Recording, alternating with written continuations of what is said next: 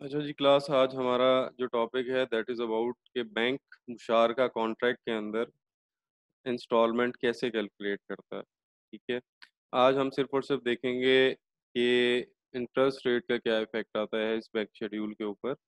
ठीक है, और इंटरेस्ट रेट के हवाले से हमने बिल्कुल स्टार्ट में पढ़ा था कि एक्चुअली जो काइबर रेट या लाइबर रेट या जो इंटरेस्ट रेट मार्केट का लैंडिंग होता है उसको इस्लामिक बैंक इसलिए कंसीडर करता है because there is no other benchmarking rate जो इस्लामिक बैंक ले सके प्रॉफिट रेट के लिए। तो देयरफॉर ये इसको लेता है और उस रेट को बेसिकली ये रेंट बनाने के लिए के लिए कैलकुलेट करने के लिए यूज़ करता है।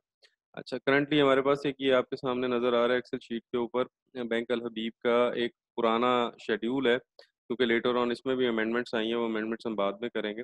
अच्छा, एक एसेट है जो कि इस वक्त है हमारे पास 100,000 का।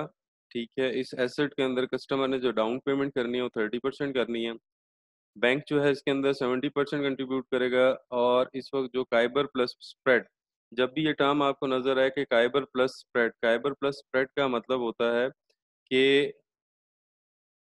Inter bank rate, inter bank rate यहाँ नहीं, इसको यहाँ लिखते हैं, inter bank rate plus bank profit. इसको बेसिकली हम लोग कहते हैं कि ये हमारा काइबर प्लस स्प्रेड है। ये जो स्प्रेड है that is basically bank profit. अच्छा, ये हमें अवेलेबल हो गया, उसने कहा जी दैट इज 9.43%।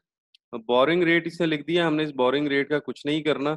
ये बेसिकली बोरिंग रेट है कमर्शियल बैंक और स्टेट बैंक के दरमियान, इसके ऊपर हम कुछ कैलकुलेट नहीं करते because the rate which is being decided between bank and state bank उसके कंज्यूमर से कोई ताल्लुक नहीं है। बेसिकली बैंक इस बोरिंग रेट के ऊपर लेता है। अच्छा, करंटली जो हम क्या कहते हैं इंस्टॉलमेंट यानी देना चाहते हैं, टोटल इंस्टॉलमेंट वो 60 हैं। 60 इंस्टॉलमेंट का मतलब है 5 इयर्स, ये 5 इयर्स प्लान है। 5 इयर्स में अगर मंथली इंस्टॉलमेंट बनानी है तो हमारे पास 60 बनता है। तो टोटल नंबर ऑफ इंस्टॉलमेंट्स हमारे पास हुई 60। सबसे पहले आपने जो कोई चीज़ कैलकुलेट करनी है that is unit price. One dot that is unit price. Unit price का मतलब है बैंक का जो आपने बैंक की ओनरशिप का एक हिस्सा परचेज करना है हर मंथ में, वो कितना होगा, वो कैसे होगा, वो हम कहेंगे जी उसको हम कैलकुलेट करते हैं bank contribution divided by number of installment, number of installment या टोटल इंस्टॉलमेंट्स। ये जो यूनिट प्राइस है ये हमेशा के लिए सेम होगी। एक दफ़ा आपने कैलकुलेट कर ली for the rest of the period, यानी स्टार्ट से लेकर एंड तक ये सेम रहेगी। करंटली हमारे पास क्या है, करंटली हमारे पास बैंक की कंट्रीब्यूशन कितनी है जी 70,000। इसको आप डिवाइड कर देंगे, नंबर ऑफ इंस्टॉलमेंट है हमारे पास 60 और इसका जो आंसर आएगा इट विल बी 1167। और ये 1167 आपको इस वक्त नज़र आएगा इस पोर्शन के अंदर।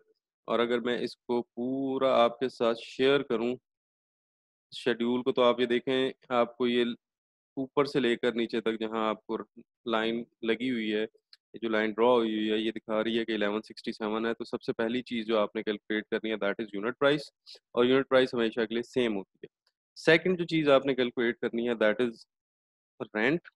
अब रेंट जो आपने कैलकुलेट करना है, बेसिकली इसका प्रॉब्लम ये है कि ये हर महीने चेंज होगा। क्यों हर महीने चेंज होगा? क्योंकि हर महीने आप एक यूनिट परचेज कर लेंगे बैंक से, तो आप सिर्फ रिमेनिंग यूनिट का किराया देंगे। अच्छा, रेंट कैसे कैलकुलेट करेंगे? रेंट कैलकुलेट करने का तरीका है bank remaining financing multiply by rate. ठीक है, ये हमने रेट से मल्टीप्लाई कर दिया,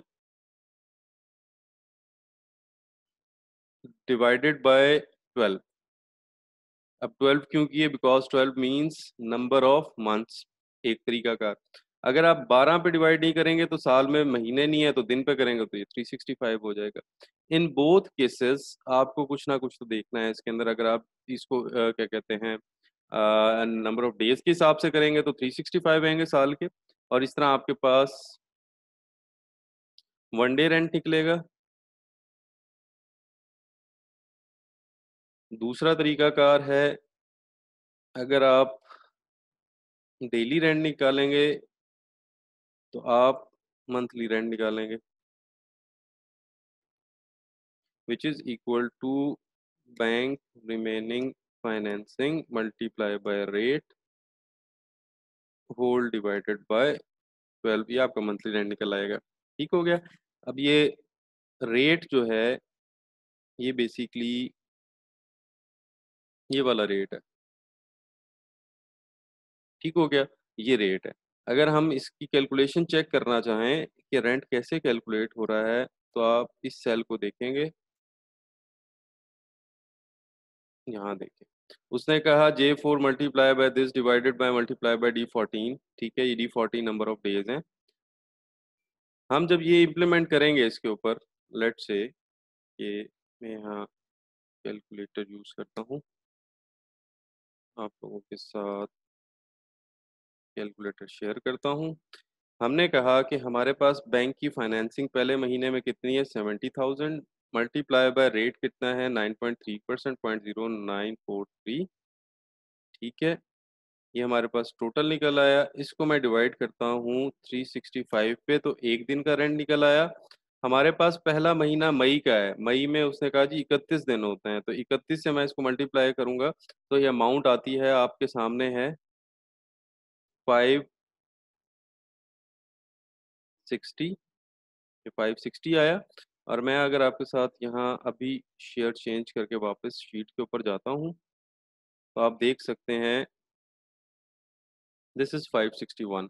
सो 560.8 इज इक्वल टू 561। तो ये मैंने कैसे निकाला, मैंने निकाला financing multiply by rate whole divide by 365, और उसको जिस महीने के निकालना है उसके नंबर ऑफ डेज से मल्टीप्लाई कर दें, तो आपके पास उसका रेंट आ जाएगा।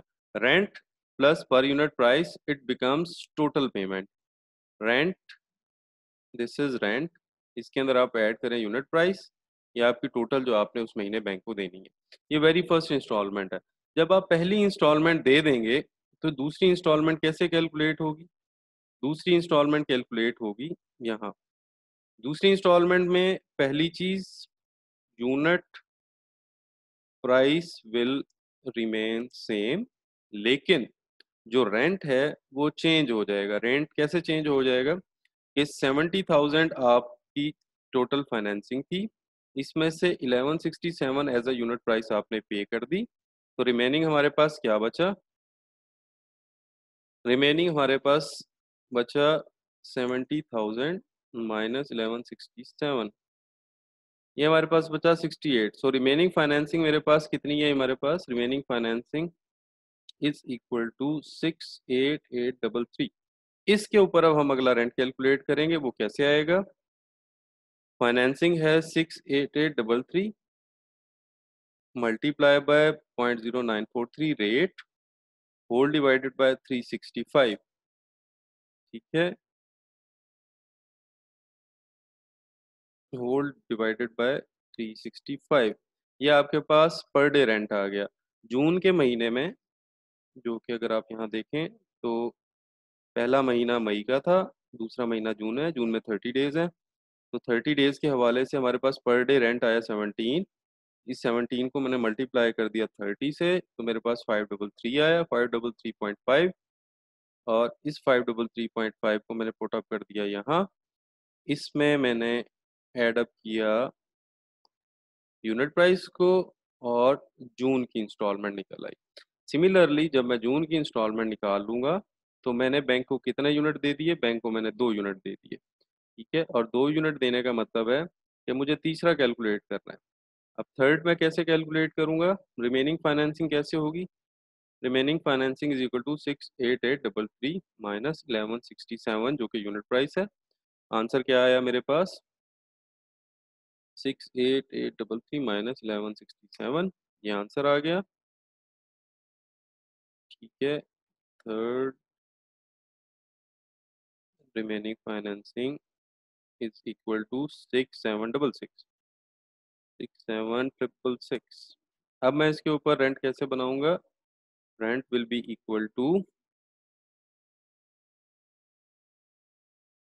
ये इसको उठाया, मल्टीप्लाई किया रेट से 943, ठीक है, 943 से मल्टीप्लाई किया और इसको डिवाइड कर दिया 365 पे, तो पर डे रेंट निकल आया। पर डे रेंट के वो मैंने मल्टीप्लाई करना है नंबर ऑफ डेज। अब मैंने रेंट देना है बेसिकली जुलाई का, जुलाई में नंबर ऑफ डेज होते हैं 31। तो मैं क्या करूंगा, इस 17 को मल्टीप्लाई कर दूंगा 31 से, और मेरे पास इस महीने का रेंट आ जाएगा जुलाई का। ये जुलाई का रेंट आ गया, दैट इज,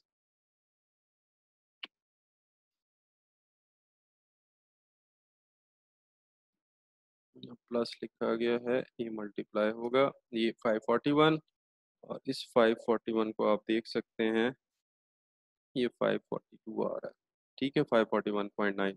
इसमें आप ऐड करेंगे यूनिट प्राइस और ये आपका रेंट आ जाएगा, and it will go on.